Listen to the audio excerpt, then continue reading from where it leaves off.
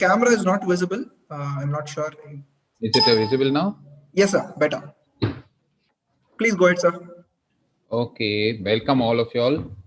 It's great to see around 20-25 of y'all coming, despite your completing your auditing exam today. So, just to start off with, there was a quotation which I had heard a long time back, and it was quite a famous quotation. I don't know if Narasimhan sir would have told you this, but it's a very famous quotation. It says, "Yesterday is a cancelled check, you cannot cash it. Tomorrow is a promissory note, you cannot rely on it. Today is hard cash, spend it." Narasimhan sir, have you told them this statement? No. No, sir. Ah. So yesterday is a cancelled check, you cannot cash on it. So your auditing is cancelled, your income tax is cancelled, your accounts is cancelled. It's over. So you can't do anything about it. It's finished, khatam, khalas. The only thing which you can do is, and tomorrow the promissory note. You don't know whether the exam will be tough, easy, whatever it is. You cannot rely on it. But what is in your hand is today. Today, you're attending the class so that you can spend on it. Try and work as hard as you can for the exam, because I had this very big problem when I used to write my exams. I had this very dirty habit of discussing the answers with everybody. And what used to happen is, inevitably we used to have accounts or mathematics as the first exam, and I used to discuss, and then this fellow's balance sheet is 5,000 and mine is 5,420. Because of that 420, we both will spoil our relationships. No, I'm right, you're right. Leave alone that. Not only that, and I feel my answer is wrong, and because I'm feeling so tense about my wrong answer, the remaining exams also don't go well. And there is no university in the world which allows you to change your answers after you've written it. So if something is past, it's past, correct or no? If an alligator comes to eat you, you can fight it. But what can you do if somebody is crying because of a picture of an alligator? You tell me, you're jumping on the alligator and saying, oh my God, it's going to eat me. Your past is like that, no? It's a picture, it's in memory, right? It's no longer in reality, right? So just forget about whatever has happened in the past. I just want to tell you that some of y'all might have done really well, some of y'all might not have done well, some of y'all might think that you'll pass, don't pass. You don't have to worry about it, because what is over is over. You cannot drive a car looking at the rear view mirror. Learn that.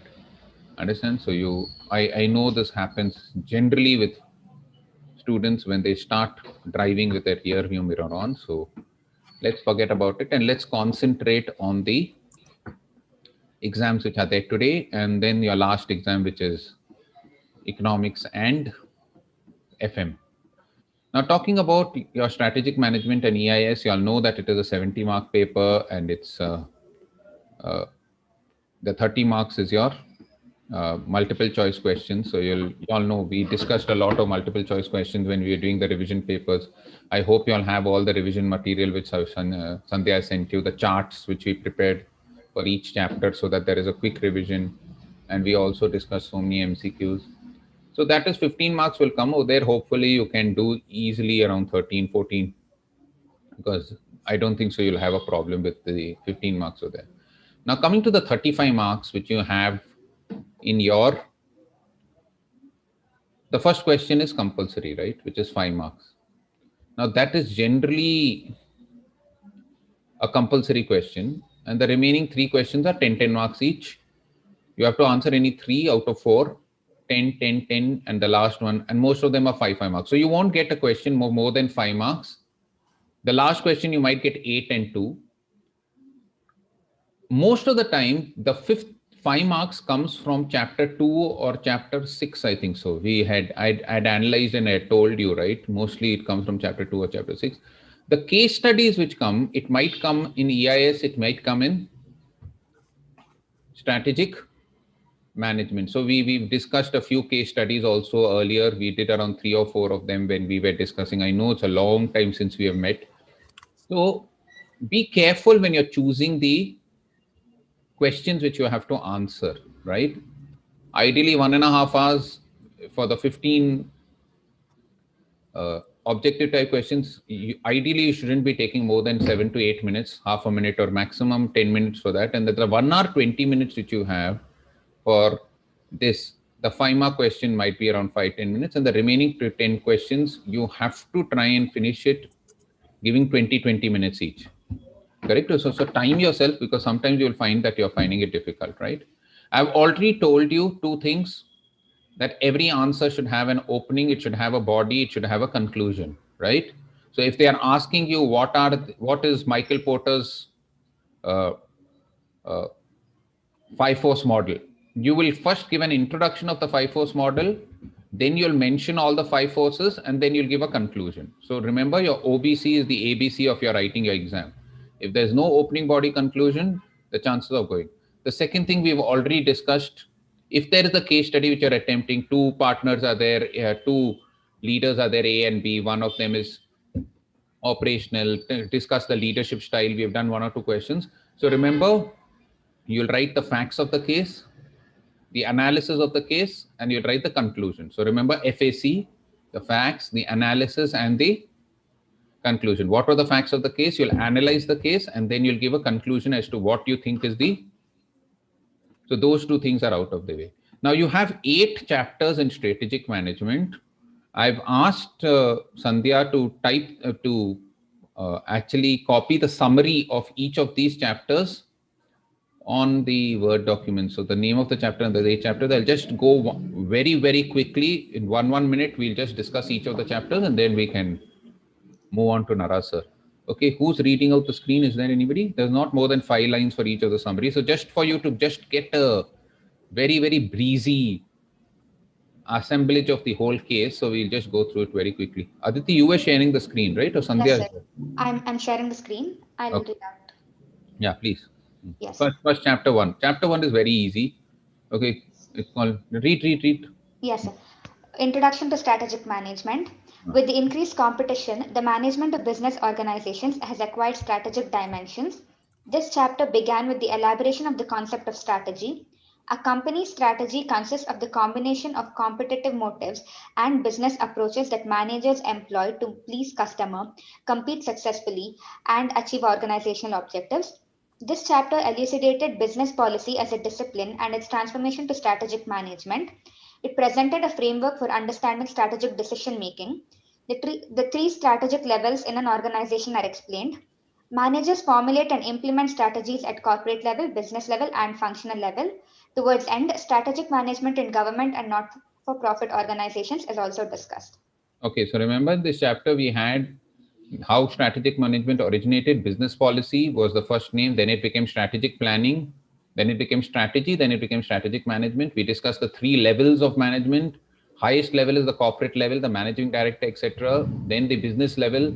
So for the whole group, ITC group, it's the corporate level. For each ITC business unit, let's say for its Fiamma de Wills, there is a business level. And then for the marketing of Fiamma de Wills, it becomes the functional level strategy. And there were 2 important concepts in this chapter. One was strategy for non-profit organizations and educational institutions. So generally they ask you, educational institutions or non-profit organizations, do they require a strategy?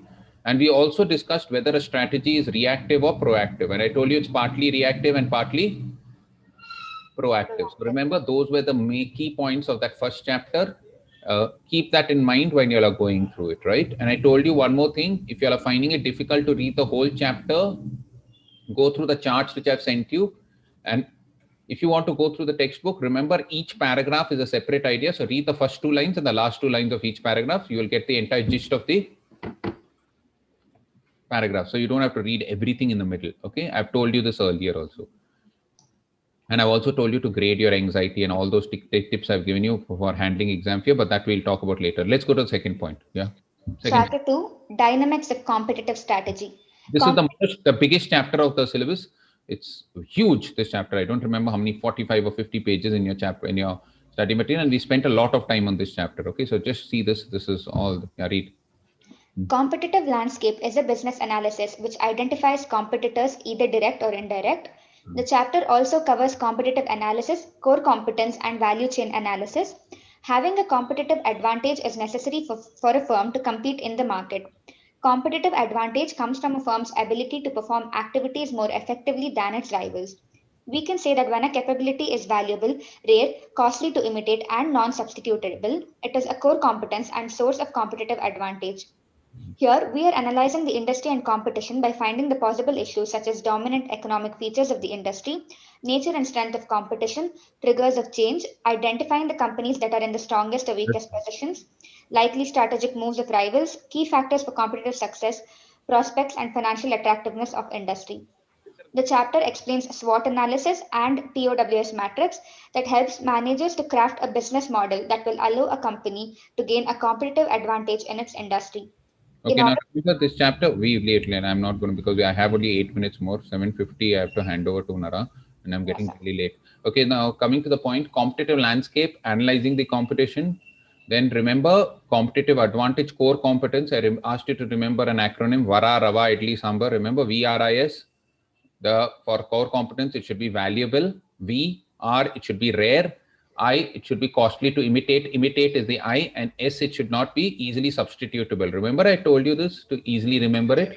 VRIS for core competence. Then we had discussed, remember the BCG matrix, the cash cow, the dog, the question mark, and the stars. And we had also discussed ego ranks of market penetration, market development, product is development, and diversification, if you remember. And remember key success factors. Those are the important factors which decide whether the industry will be successful or not. And I also did with you in this chapter something called as strategic group mapping, where you group competitors on the basis of similar characteristics into one head. Very important chapter. Pay a lot of attention to this chapter. Let's go to chapter 3. Okay. Chapter 3, Strategic Management Process. Strategic planning is the making and determination of organizational strategy. It involves taking strategic decisions and allocating resources to pursue the strategy.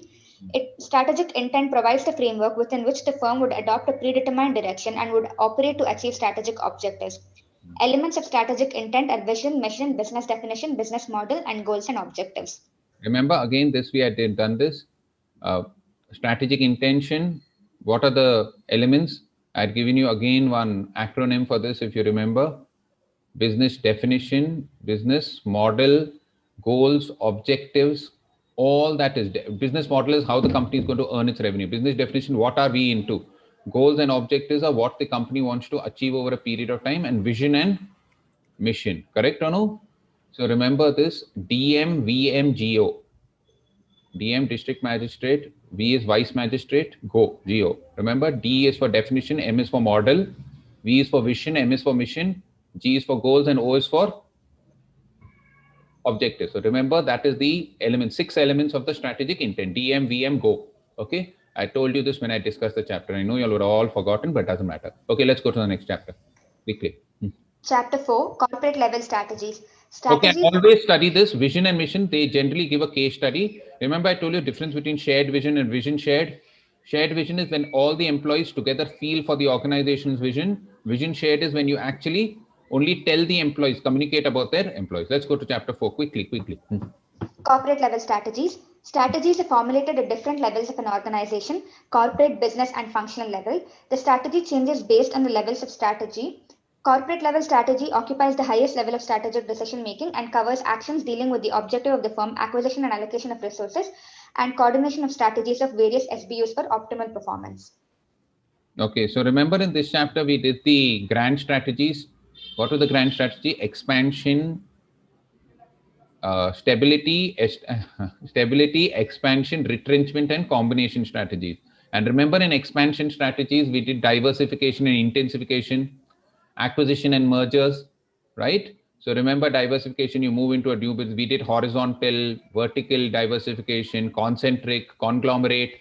Keep those key points in mind, and I think so this chapter should be done. Remember those 4 major strategies, grand strategies. Okay, let's go to the next one. And turnaround strategy is important in this chapter. Please go through that. Symptoms of a turnaround strategy and how a company should turn around. Okay, let's go to the next chapter. Chapter 5, Business Level Strategies. To gain a deeper understanding of competitive environment of a business organization, we learned Michael Porter's 5 forces model. Remember those 5 forces we discussed, right? Threat of new entrants, threat of substitute, bargaining power of buyers, bargaining power of suppliers, and number of rivalry. Remember, I told you 2 threats, 2 bargaining powers, and 1 rivalry. And we also discussed those 3 strategies, right, of Michael Porter. What were the 3 strategies at the business level?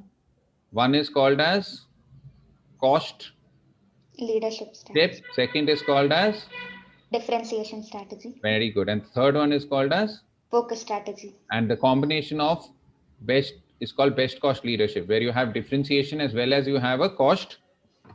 It's not a strategy given by Michael Porter, but you have to learn it. Best cost provider. All of you will remember. Very good. Okay. Next. Yeah. Chapter 6, functional level strategies. Functional strategies play 2 important roles to provide support to the corporate and business level strategies. Okay, just leave this. Functional level strategy. Remember, I did marketing strategy, enlightened marketing, place marketing. We did remarketing, demarketing. We did the 4 Ps. Then we did production strategies. We did the difference between logistics and supply chain management. We also discussed the financial strategy, the acquisition of a new firm, valuation of a firm. We discussed HR strategies. So this chapter is also quite huge, but each strategy is important. My suggestion is you go through the previous 2 years papers. The strategy which they've given in the last 2 years, they don't generally repeat this year. So let's say the last year they given finance and the year before that they given marketing. This time they'll give production. Okay. So look at the 2 years papers before. Pay more attention to the remaining strategies. What? Pay more attention to the remaining strategies. Okay, we've discussed the papers, but even then, you should be analyzing the papers closely. Okay, let's go to the next point. Chapter 7, organization and strategic leadership. The chapter considers the relationship between strategy and structure. Remember what comes first, strategy or structure? Strategy. Remember, always structure follows strategy. And we also discussed the Chandler model. Remember, you have to learn that diagram. Wherever possible, draw diagrams. I told you, whenever you draw diagrams, the person who's correcting your paper will get impressed. So you have to draw the Chandler's diagram. And remember, we did the types of leadership, transformational leadership and transactional leadership. We also discussed the difference between intrapreneurship and entrepreneurship. Remember, intrapreneurship is when you're within the organization and you expand it. Manoj Modi is expanding Reliance, even though he's just the right-hand man of Mukesh Ambani. He doesn't own Reliance, but he's gone into Reliance, Jio, etc. Intrapreneurs do it within themselves. Entrepreneurs expand on their own. Flipkart, Sachin and Vinny Bansal, they started it on their own. So they are entrepreneurs, but Manoj Modi is an entrepreneur. So we discussed, we'll go through this entrepreneurship. I have a feeling it will come this year. Entrepreneurship and intrapreneurship. Okay. So keep view of that. Okay. Strategy and discuss. Remember, all of you all presented the different types of structure: simple, functional, divisional, SBU, matrix, hourglass, correct? Network. One of those also may come. So my suggestion is just go through them, okay, and see the diagrams. If you remember the diagrams of these structures, more than enough. Okay, last chapter, and my job is done. Okay, fast. Chapter 8, strategy, implementation and control. Strategic management is a comprehensive process that involves formulation, implementation. So remember, we did in this implementation, in that we did strategic audit. Remember, different types of strategic audit. Then we did different types of strategic control. And the 2 important things which you have to remember in this chapter is business process reengineering, BPR, remember? And the last one is benchmarking. Out of business process reengineering and benchmarking, usually they give one thing, right? Yes. Okay. So do well in your exam. All the best. I am sure you all wear an amazing badge and God bless you. I'll pray for you. I'll meditate for you. And I hope all of you all peacefully pass the exam. But don't think this is the end all and be all. This is just a journey. So sometimes you might do well, you might not do well, but doesn't mean that your life comes to an end, right? Remember, I used to always tell you, failure is an event. It's not a person, right? So you might not have done well. It's okay. We'll go on. You won't even know how many times I have failed in life. When I meet you next time, when I'm in economics, I'll tell you that story. Now we'll hand it over to Narsiman and I'm exiting the meeting. Is that okay? Yes, sir. Thank you. Thank you all. God bless you all very, very much. God bless. Thank you, sir. Thank you so much, Rajdeep, sir. Thank you. I hope I'm audible and my presentation is clear, Aditi. Can I go ahead? Yes, sir. Yes, sir. Fantastic. So, I have about 15 minutes before I wrap up, and let me see what best I can give you in this short span of time. Just give me a minute. I hope the screen settings are good. Yeah, perfect. So what happened was during the World War, This is one of those sample aircrafts which returned back to the dock, or the place where the flights were, and these red dots are where they were, the bullets which are being shot. And all of them in the World War, after they said that, hey, if our flight has to survive the next time, wherever the bullets are hit, those places we need to reinforce and make them stronger. But then, everybody thought that was the idea, because this is where bullets are targeted. So if you make them more stronger, that means it can defend longer. But then there was this one very interesting gentleman. He was a mathematician called Abraham Wald. You know what he said? He said, see, in those places wherever red is marked, if it is being hit, despite it being hit, the flight is coming back. That means what? Those locations where which is not marked in red, if somebody attacks, the flight is not going to come back. And this is what is called as a survival bias. Of excellent logic which he defined. Now, why am I telling this? The way you have to look into survival bias today is only two more papers: EIS and SM, FM and economics. Don't bother about the rest. What happened in the past is history. What is tomorrow is a mystery. What is available today is just something which we are in that disposal. So with that as a context, let me quickly start off with what is the order of preparation. Very simple. I kept on repeating. You will start off with chapter number 3 first. Again, I will leave that choice to you, whether you want to do EIS first, SM first, totally your choice. But towards the end, I'll speak about the generic strategy. First and foremost, study chapter number 3, information systems and its components. Very critical. Order of preparation is clearly defined. Once you're done with it, please jump into financial accounting systems. One of the easiest chapters in your syllabus. I will reiterate, easiest chapters in your syllabus. Easily you can score out of in that particular chapter. Chapter number 1, expect few questions. I'll speak about those important areas, and then go to core banking. Core banking is purely banking related process, and not to forget e-commerce, m-commerce and m-commerce. Each of the chapters expect anywhere between 7 to 13 marks. Don't sit in total in the exam hall, but this is definitely what will happen. Now, answering this MCQ, how do I approach these MCQs? This is typically our reaction in the last 6 exams. We read the MCQ. After read the question, we felt we were happy. After reading the 2 options, we were confused. And after reading all the 4 options, like, what the hell am I doing? Correct? As though, there's not enough, we have a lot of things to handle. Correct? Let's see how to answer these MCQs. The first and foremost, choose the best answer. When I mention the word best answer, there is some degree of correctness. By looking at the question, you already are able to identify, if this A or B, that there is obviously a best answer. Remember how they ask the questions or how they ask the options. One is the right answer, second is a confusing answer, the third is opposite answer, fourth is a totally irrelevant answer. Okay, and you'll have to be very, very careful in assessing that. The second type is analogy questions. An analogy question example could be, if humidity increases, what happens? Or if humidity decreases, that, they could be linking. If the more the humidity, the higher is the probability of a static electricity. The lesser the humidity is a possibility of something. So therefore, more the humidity, higher corrosion, lesser humidity, higher static electricity. So those type of questions they could probably expect. That is an analogy. You are cross-linking them. The third comes your reserve type of questions. Reserve type is very, very important. The word not or negative connotation will be there. Please be extra careful when you're reading through this, especially the word not, because generally our mind tends to forget or does not read that word not. So please be very careful. And last but not the least, there's obviously only one correct answer, so chill out. So what are your strategies? Please read the entire question for MCQs. Let me tell you, MCQ is a turnaround. 15 marks, you can easily get it. When I say 15 marks, your SM paper is 50 marks, IT is 50 marks, IT or EIS is 50 marks, of which only 15 marks are MCQs. MCQs can be 1 mark or 2 mark. Don't bother, you will not get on any which case.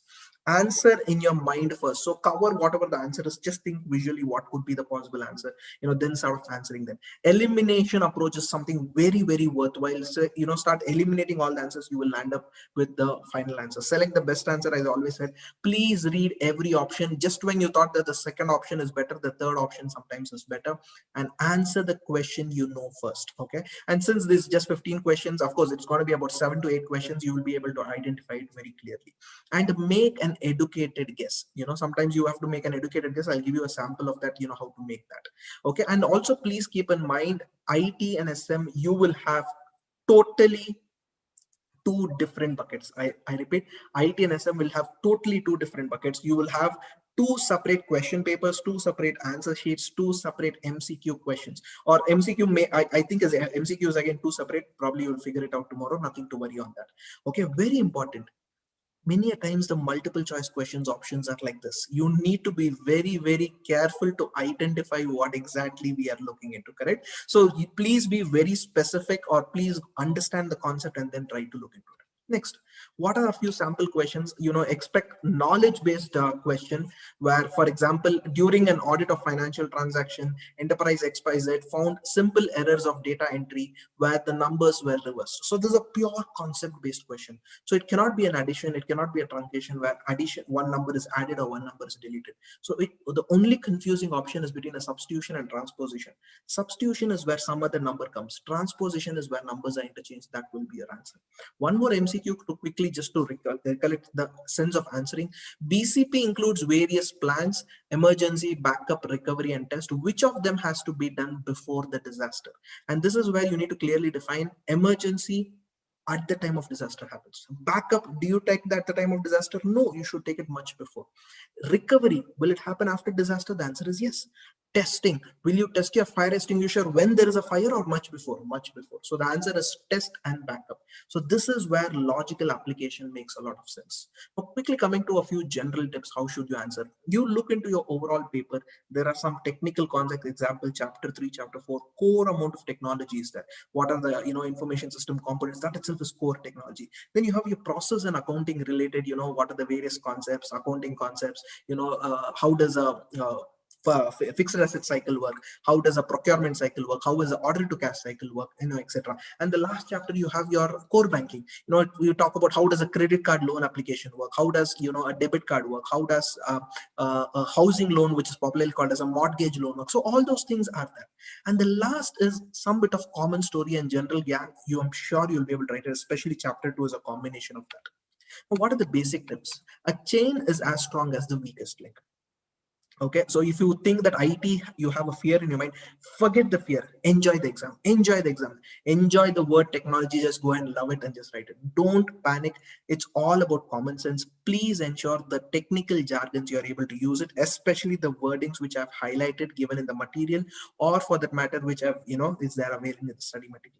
Being in an IT era, you all should pass. It should be very, very easy. It should not be complicated. And very important, this is the second last paper. Okay, so don't think too much what to do after exam, which movie should I go, whom do I meet. Please be careful. We are still in COVID and challenging times, so please be at home. And you'll have to, you can clear your, you can do virtual parties, switch on the Zoom app or whatever, Google app, whatever is there.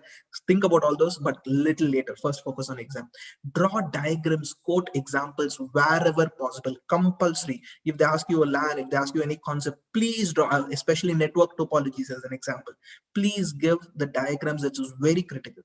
And remember, student has to answer 2 papers within a 3-hour time. It's not like 1.5 hour. So a simple rule of thumb is first 1 hour 30 marks. First 1 hour 30 marks. Second 1 hour or the second hour is obviously the 65 marks. Okay, 65 marks. The third 1 hour I need not say. It's obviously the balancing figure. Correct. And one more rule of thumb you can keep: ensure that within the 1 hour 45 minutes, compulsory 1 paper you have done it. Okay, why I'm giving 45 minutes extra is generally what happens, the speed trend generally increases over a point in time, so please be careful. And I don't expect that you will be ambidextrous and write both the answers in both the papers, both the hands, and so do something like what Rajnikant did in the Shivaji movie. But anyways, I hope you got the context. Few other basic tips. This is something which you should have already been done for each chapter. Understand the purpose. Try to relate it with your experience. It could be your lockdown experience, it could be COVID experience, it could be some funny instance, it could be some serious affair. Whatever is that related, you'll be able to remember the topics. Read the summary after every chapter. I repeat, read the summary after every chapter, so you'll get a comprehensive understanding. Write and practice keywords. Very important. Write and practice keywords. Okay, because that will help you out during the examination. Few special strategies. After you've prepared, gone through it, just visualize what the chapter is, whether you've understood each of them. Read the glossary. Sometimes you find it towards the end. Read the heading or sentence prior to bullet point. That could be an examination question. Okay, especially where you have 3 to 4 or 5 bullet points, there could be an MCQ or short note question. Always remember to read the topic with 4 to 8 bullet points. 100% possibility of an examination question. And if it is more than 10 points, don't bother. Remember only up to 8 points. That's more than sufficient. Okay, give all the headings as per ICA material. Highly recommended. Answer only in bullet points. Do not answer 1, 2, 3.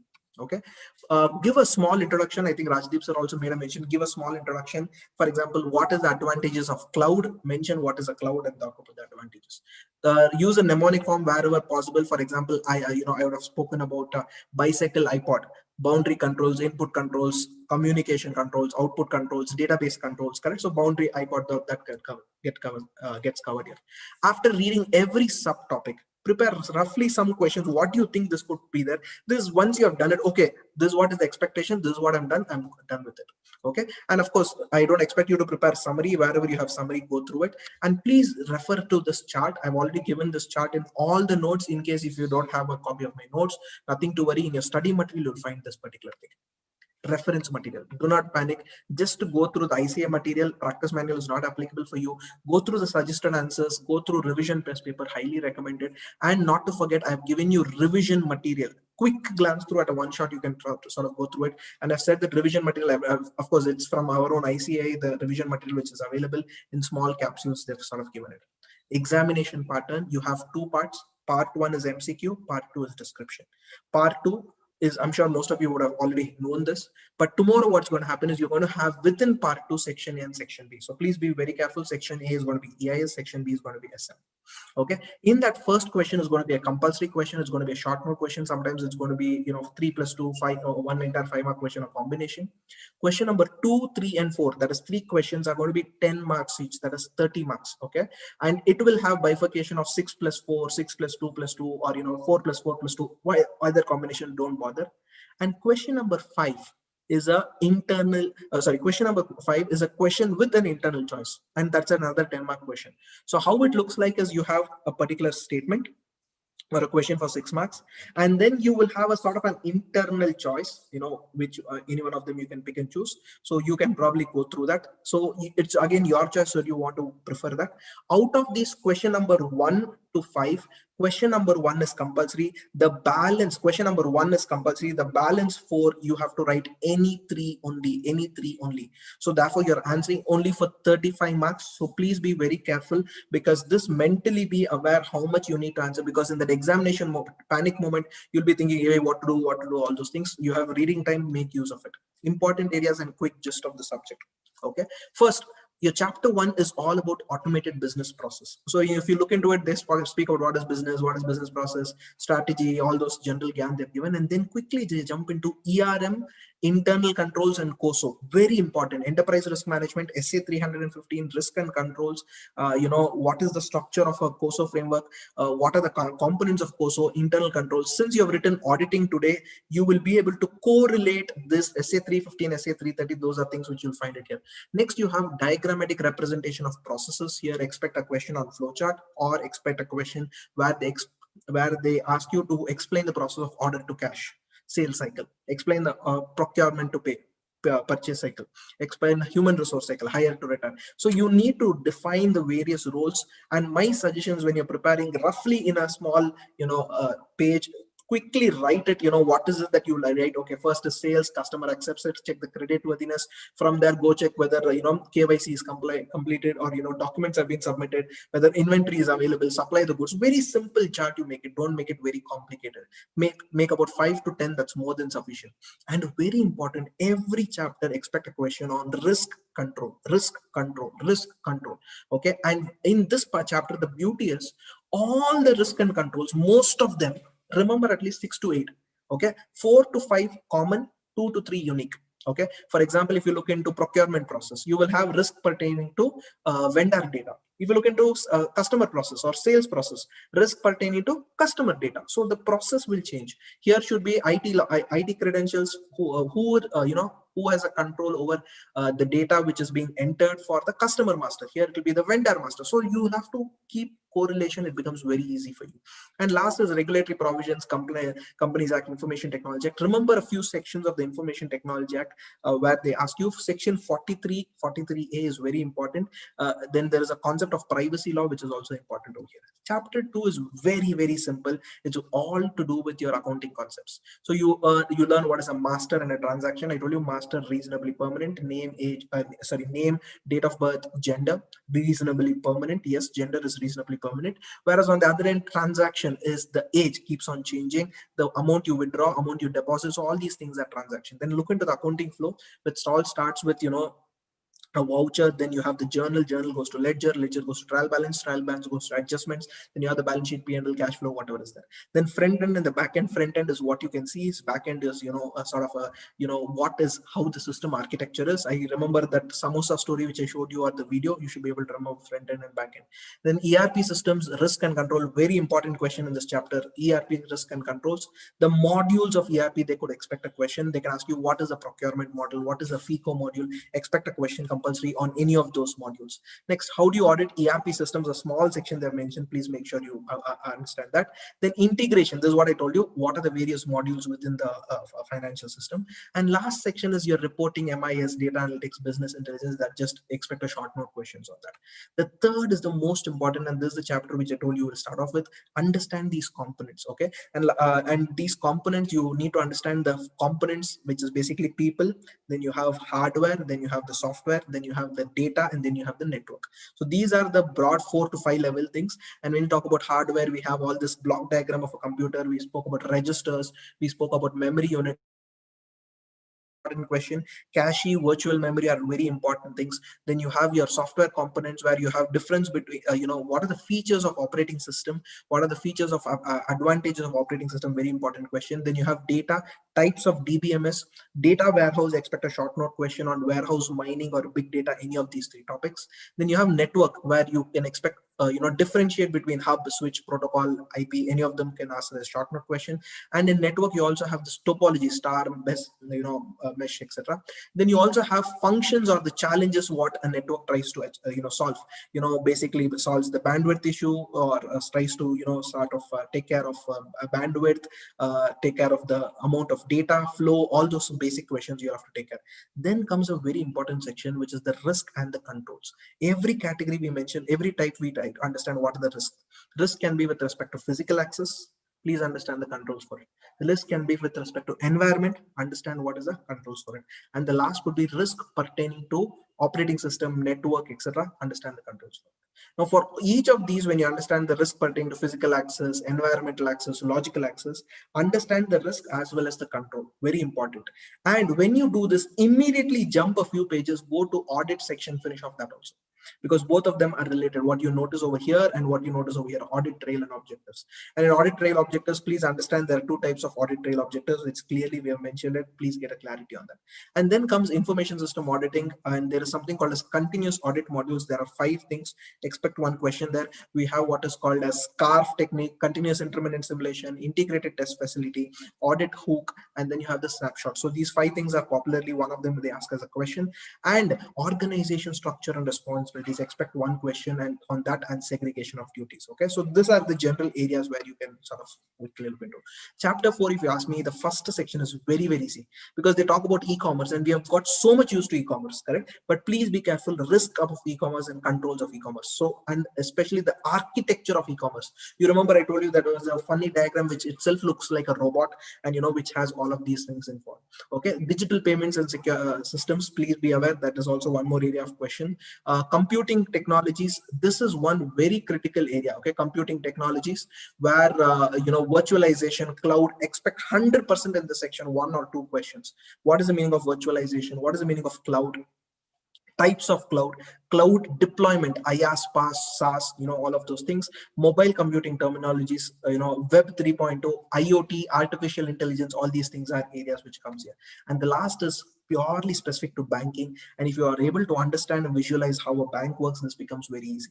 The first 2 sections are obviously overview, what are the risks faced by a bank, but then focus on this IT general controls and applications of bank, technology architecture, the functional architecture, what is the IT environment in core banking system, and bank specific processes. For example, mortgage, treasury, it could be loans, it could be personal loan, credit card. Understand clearly what should be get covered. Risk and IT associated with risk and IT controls associated with core banking. And last is what are the regulatory compliance and requirements. So that is something which you have to focus on. Now, exam answering strategy is very important. Answer the question first. Question number 1 is compulsory. Please answer that. If you believe that question number 1, I know it, but I'll answer it later, I leave that choice to you. Please read the question paper properly. Many a time there could be a common topic presented in different subjects, so you'll have to get a clarity. Give headings, bullet points. I think I already told you. Ensure there is sufficient space between one answer and another answer. Sub question A, sub question B. Please leave adequate space. Many times it looks like one continuous paragraph. And begin every question with answer to question number 1A, 1B, etc. Something like what I've told in the class. Common mistakes in the examination. This is a nice way of presenting it. Please distinguish it. Do not put everything in one shot. And sometimes you answer it very well, but you have written the wrong representation. We don't know whether there's 1E or 1C. So please write these things. These are petty things, but they actually have a huge impact. Okay, and flowchart, please draw it. You will definitely get marks for the steps. I repeat, you will definitely get the marks for the steps. Okay, so do not draw flowcharts like this where everything is you don't know whatever you have done. In case you feel it's wrong, please strike it off, right? Please omit, and then please move on. Okay, and yeah, I think these are just the thing. And last but not the least, change in approach is the need of the hour. Okay, so think a little different. The chain is as strong as its weakest link. Life is much larger than EIS. Okay, so don't think that, oh, I'm stuck in EIS or SM or whatever is there. You have another 2 more papers and you have to start your articleship very soon. Okay, we are not going to spare you so very easily. You have your CA final, but jokes apart, but yes, these are things which is much more larger. So keep calm. CA exam is not a stop. On your mark, get set, do well. Thank you so much. All the very best. I'm sure you'll do well. One last thing before you wrap it up, just on a lighter note. There was once an army officer. Okay, in army there is a ranking. Let's say a 1-star, 2-star, or 3-star, or let's say the general soldier. Then you had the captain, and then you had the brigadier. So what had happened was the captain fell inside the well. So all the soldiers ran to him, and somehow they pulled him out. Okay, so immediately when the captain is inside, the soldiers are pulling him out with all the difficulty, and finally the captain comes out of the well. I hope you're able to visualize it. The captain comes out of the well, and army protocol is whenever a senior officer comes, all of them should stand up and salute. So the moment that brigade, that army officer came over there, everybody, so immediately stood at attention and saluted. And what happened? Obviously, they left the row. He fell inside, and they kept on doing it for 5 minutes, 3 minutes, 5 times, 10 times. The person who was there inside the well, the captain, he got so very frustrated. Then they got an idea. Why don't I bring a senior officer? So if I bring a senior officer, no tension. So what happened? Then they brought in brigadier. Brigadier is fairly a senior person. Okay, he brought in a brigadier, and all these people brought in with a lot of efforts. They were able to pull out this guy. And this time, what happened? The moment the captain came outside, the captain saw the brigadier. Correct? The brigadier is a senior officer. So the captain was inside the well holding it, but he saw a senior officer. Immediately he saluted. Again, he fell down. The same thing kept on happening. And finally, they decided that only another captain can probably pull this fellow out of this trouble. Sometimes your batchmates are very good, but that is not during the examination. Muchkondo control ಮಾಡ್ಕೊಂಡು prepare your examination. Do well. All the very best. Thank you so much. Thank you, sir. Thank you So sir. much. Take care. All the best.